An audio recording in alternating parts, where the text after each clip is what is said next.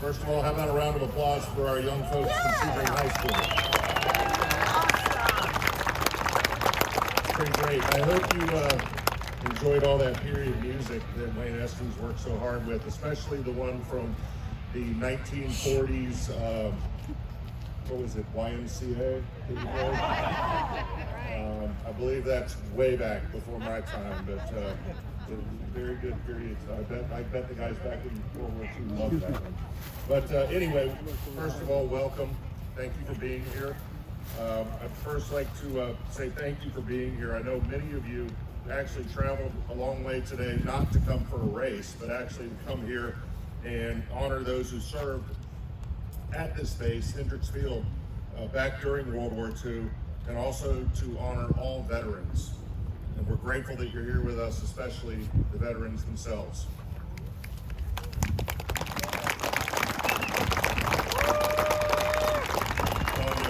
Most of us did gather for a car race, and now that the beautiful noise that we heard all afternoon on the racetrack has quieted down, marking the end of the first day of the 71st Mobile One 12 Hours of Sebring, we are pausing to remember this base, Hendricks Field, the B-17 training base on which Sebring International Raceway now sits, as well as those who served here and were deployed from here directly into battle during World War II. Our program tonight's possible because of the work of the following organizations and individuals whom we'd like to thank. First of all, the Sebring Historical Society, the VFW Post 4300, which is here in Sebring, the Military Sea Services Museum, the Sebring High School Jazz Ensemble, as well as, let's not forget, the owners of all these beautiful cars that sit around the circle. We thank you all for being here and taking part in this presentation. Certainly a couple of individuals that we'd like to recognize. I see Mayor John Shoup from the city of Sebring right back here. John always deserves a big round of applause. He talks about that later, so thank you. The Executive Director of the Sebring Airport Authority, Mr. Mike Willingham. I'm not sure if Mike is here, but we thank Mike. IMSA CEO Ed Bennett. IMSA President Mr. John Doonan. They may not be here.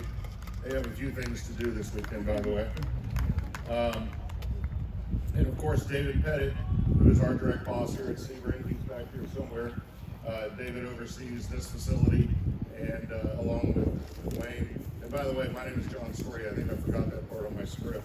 I'm also with Sebring International Raceway. And then, of course, Mr. George Lutz, the Executive Director and founder of Honor and Remembrance. We'd also like to take a few minutes for some special recognition to a few people here that are true heroes. Mr. Ross Longo, first of all, I believe is in this Cadillac right back here. Mr. Longo, he's right here. There you go. He got out of the Cadillac. Thank you, sir. He's going to stand up for us. Mr. Longo is a World War II veteran. I just heard a little story about him just a minute ago, is that he enlisted early into the service when he was all but 15 years old. Sir, thank you for your service. Thank you for being here.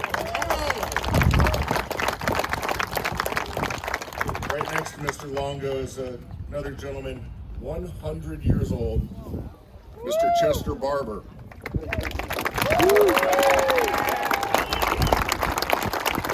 Mr. Barber, of course, also a World War II veteran, and he's from Kissimmee originally, not far from here.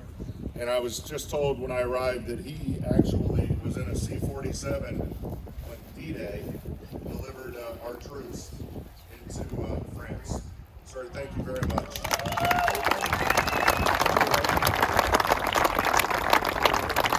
Certainly something we do here at Sebring all the time is we honor and thank all veterans who have served in any capacity at any time in their career. So if you're here and you're a veteran, we thank you, and if you give a wave to everybody, we would appreciate it.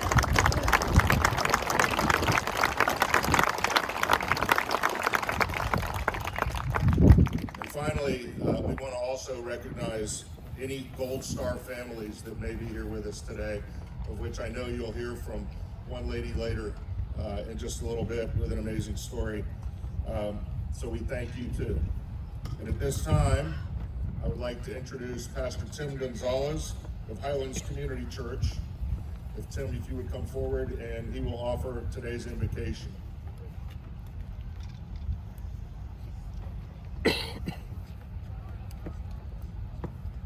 If we could remove our hats.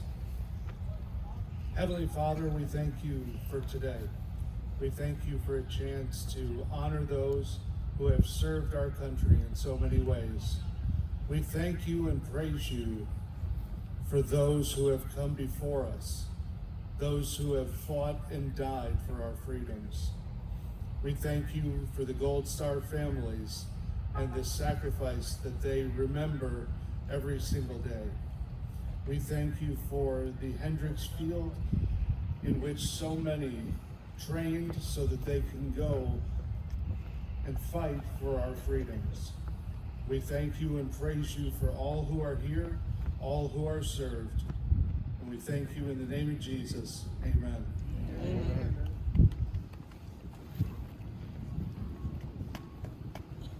Thank you, Pastor Tim. And now we will ask you all to rise if you're seated, if you're able. Remove your hats.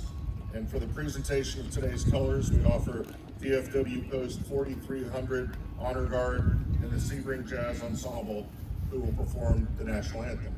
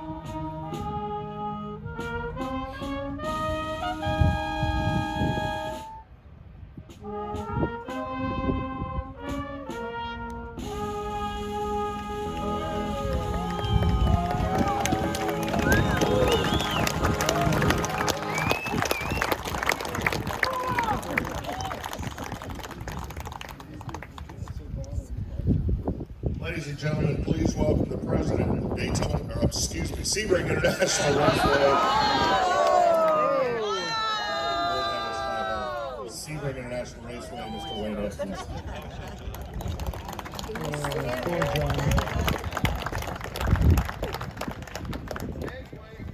80 years ago, this was a bustling Army airfield, abuzz with B-17s and fighter planes, pilots, navigators, bombardiers, gunners, paratroopers, instructors, soldiers, and support personnel.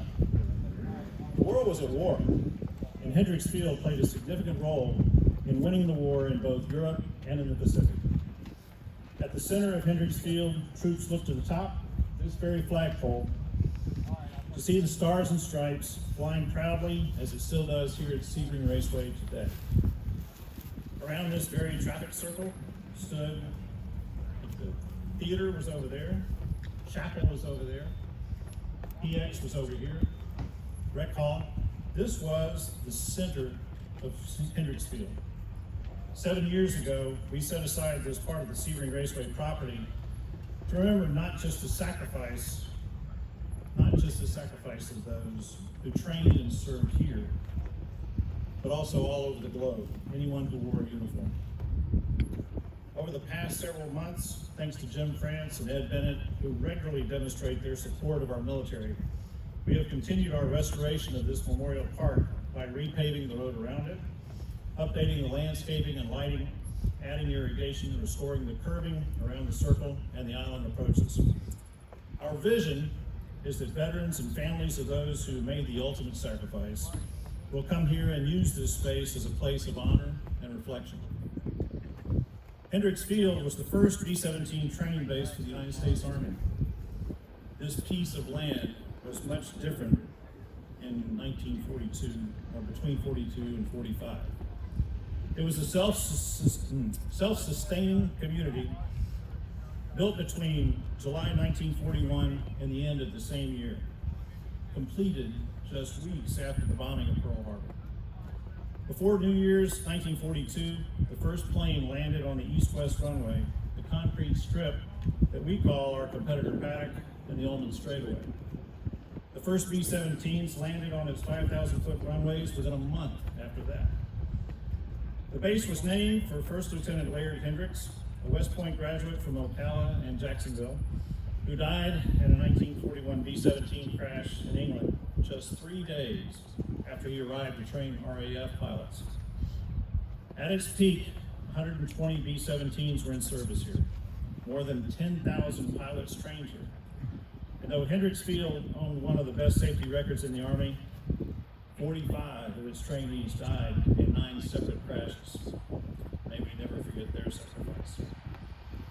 5 years to the day after the Army turned the base over to the city of Sebring, the first sports car endurance race in the Western Hemisphere rolled across its runways, taxiways, and roads, just as we continue to do 72 years later. History is most definitely part of the DNA of Sebring Raceway, but that history predates victories by Christensen, Foyt, and Andretti, and Fangio, and Gurney. And it predates victories by our allies in the Pacific and European theaters.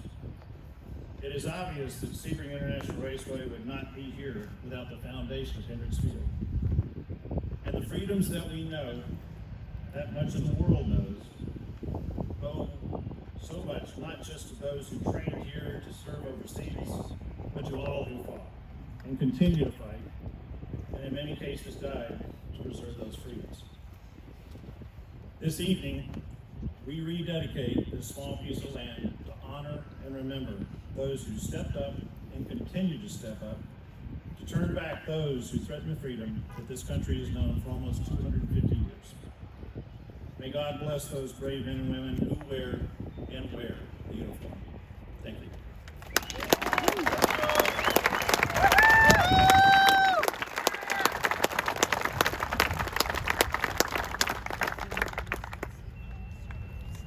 Now it's my pleasure to introduce the Executive Director and Founder of Honor and Remember, Mr. George Lutz.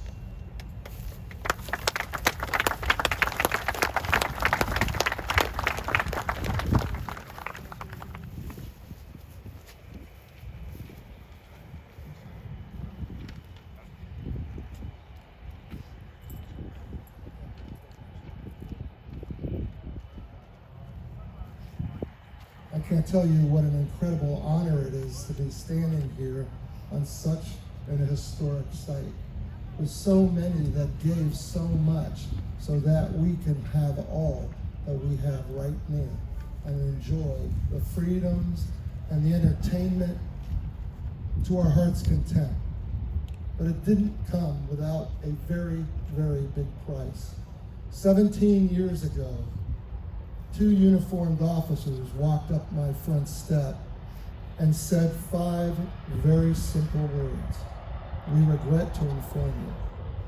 It was the day that I learned that my oldest son would never come home again. Those words that a parent never would want to hear. It's something you can't plan, you can't prepare for, you never expect. But when it happens, you can't take it back. You can't fix it. As a father, I want to fix everything that's happening around me, but I couldn't fix this. I would never hear his voice again. What would I do with that information? I will tell you that there were some moments where I didn't know if I wanted to live myself. Devastation is too big a word. But as the years went by and I navigated that grief, I began to meet other families, now thousands of families, who have that similar experience, that loss that can never be undone. And I thought, what healing is there in that? What could you give a family that would bring any kind of comfort at all? Well, I found two things that were most important to a family. It wasn't things, right? It wasn't benefits. Two things that I would hear over and over. Please don't let my loved one have died in vain. And please don't let them be forgotten. Well, you've all heard statistics of how many military and active duty there are in the country, right? How many have served? Some statistics you have heard are less than 1%, right, are in the military. Maybe less than 10% of the total ever served and became veterans. So I thought, who is remembering and how? And we all think, well, we have Memorial Day, right? That's the day we all remember. But I found out that 80% of Americans don't know why we have a Memorial Day. So if 80% of our country doesn't know why Memorial Day exists, how are we remembering as a nation? We do a really crappy job, right? Thank you. And so in my grief, I wondered, how can I get a message across that would be meaningful and impactful and positive, not sad and somber? Fast forward to Memorial Day of 2008. This flag above my head, the Honor and Remember flag, I thought, that's it. Let's create a national symbol. Let's create a symbol that when everybody sees it, they know exactly and specifically why it exists. It exists as a message to the families, to the friends, to the comrades that says, thank you. Right? Thank you.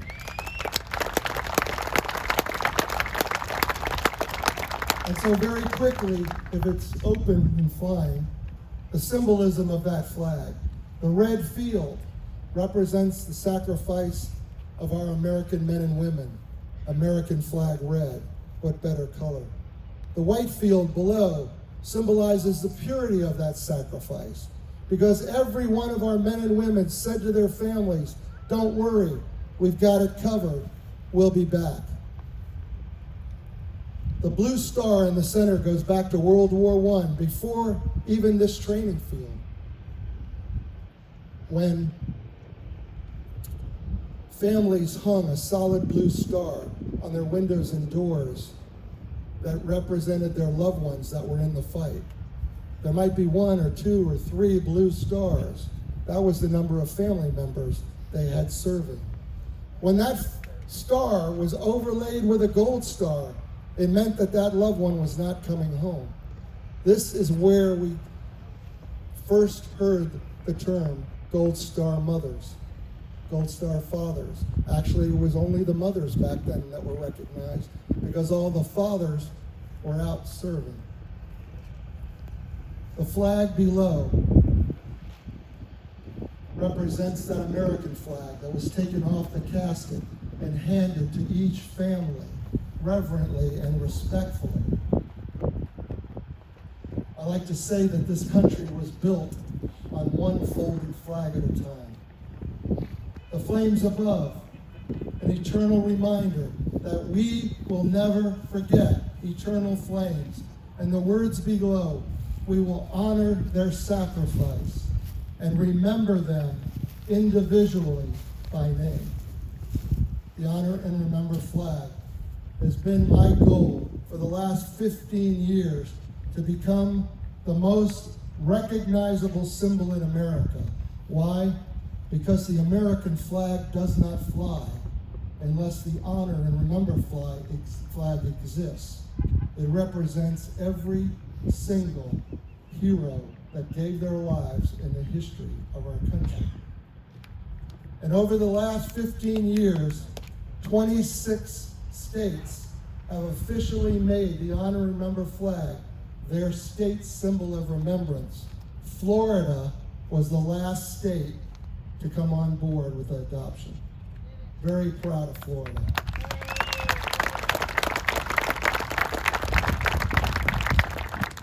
But honestly, as a Gold Star father, my heart is not just for all of you to understand what that means. If you have a flagpole, get one, put it up, send a message, right, to family members that you don't even know. But my heart is to make sure that each family is individually recognized by name. And Wayne and Ed and the NASCAR and IMSA community have given this platform, right? And humbled themselves in a way to say it's not about us, it's about them. And my heart is to make sure that them are individually recognized by name. And so I have with me, and she's basically humbled herself, because you know how difficult it is to stand in front of a crowd with a heavy burden of loss like this. Miss Inez Ortiz has allowed us to graciously remember her son together, to say his name out loud, and to remember him individually by name. And I will ask Wayne, who's reading, John, if we come and hear a little bit about David Brangman.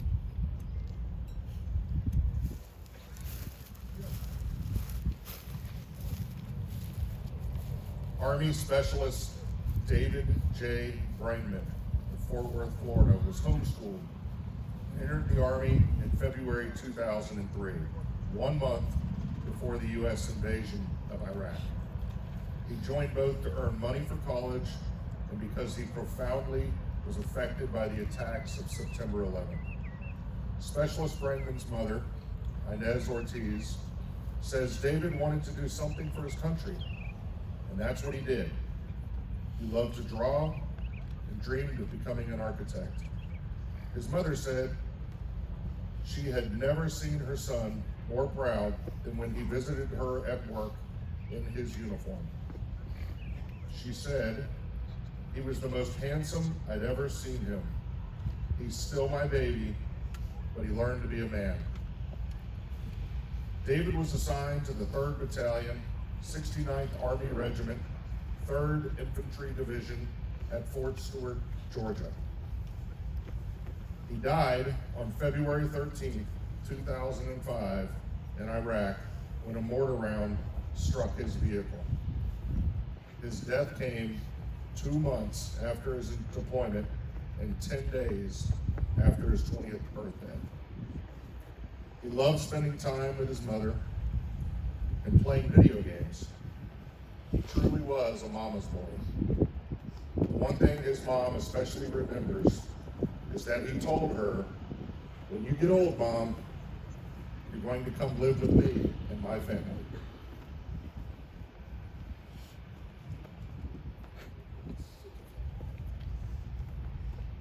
In my hand, I'm holding a tri-folded honor and remember flag. This flag was specially prepared for Miss Ortiz, and it's folded like this to mirror the American flag that was reverently and respectfully folded and handed to her at the memorial of her son. But that flag was meant to be put into a shadow box and kept as a reminder of her loss forever, as long as she's grieved. This flag is only folded this way one time because it's not a sober reminder of his loss. It's actually a celebration of his life.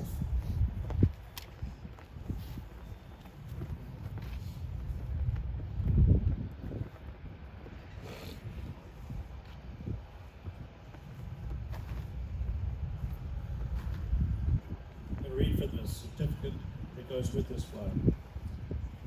This honor and remember flag is presented with eternal gratitude and respect in memory of Specialist David J. Brangman. With this flag, we honor this patriot's unwavering dedication and remember this selfless sacrifice. By displaying this symbol collectively as a nation, we humbly recognize the enormity of your loss and respectfully say thank you.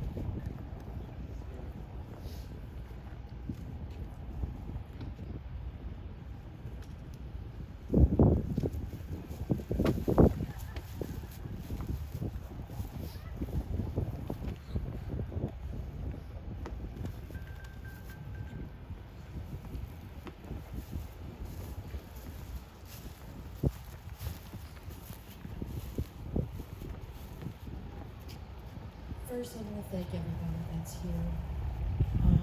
I really don't have much to say, but I remember one thing. On February 3rd, 1985, at 3:31 a.m., I gave birth to a beautiful baby boy. On February 13th, 2005, at 2:31 a.m., my son was killed. On February 26th, at 6:05 p.m., I laid my son to rest. If anybody knows as a parent, mother, or father, to bury your child in the same month you brought them life is horrific. But to bury your child before you, especially he was my only child, is something I don't think I'll ever get over. But the one thing I do know is I'm proud of my baby boy, and he was defending our country. So let's all just remember that and be good to each other. Thank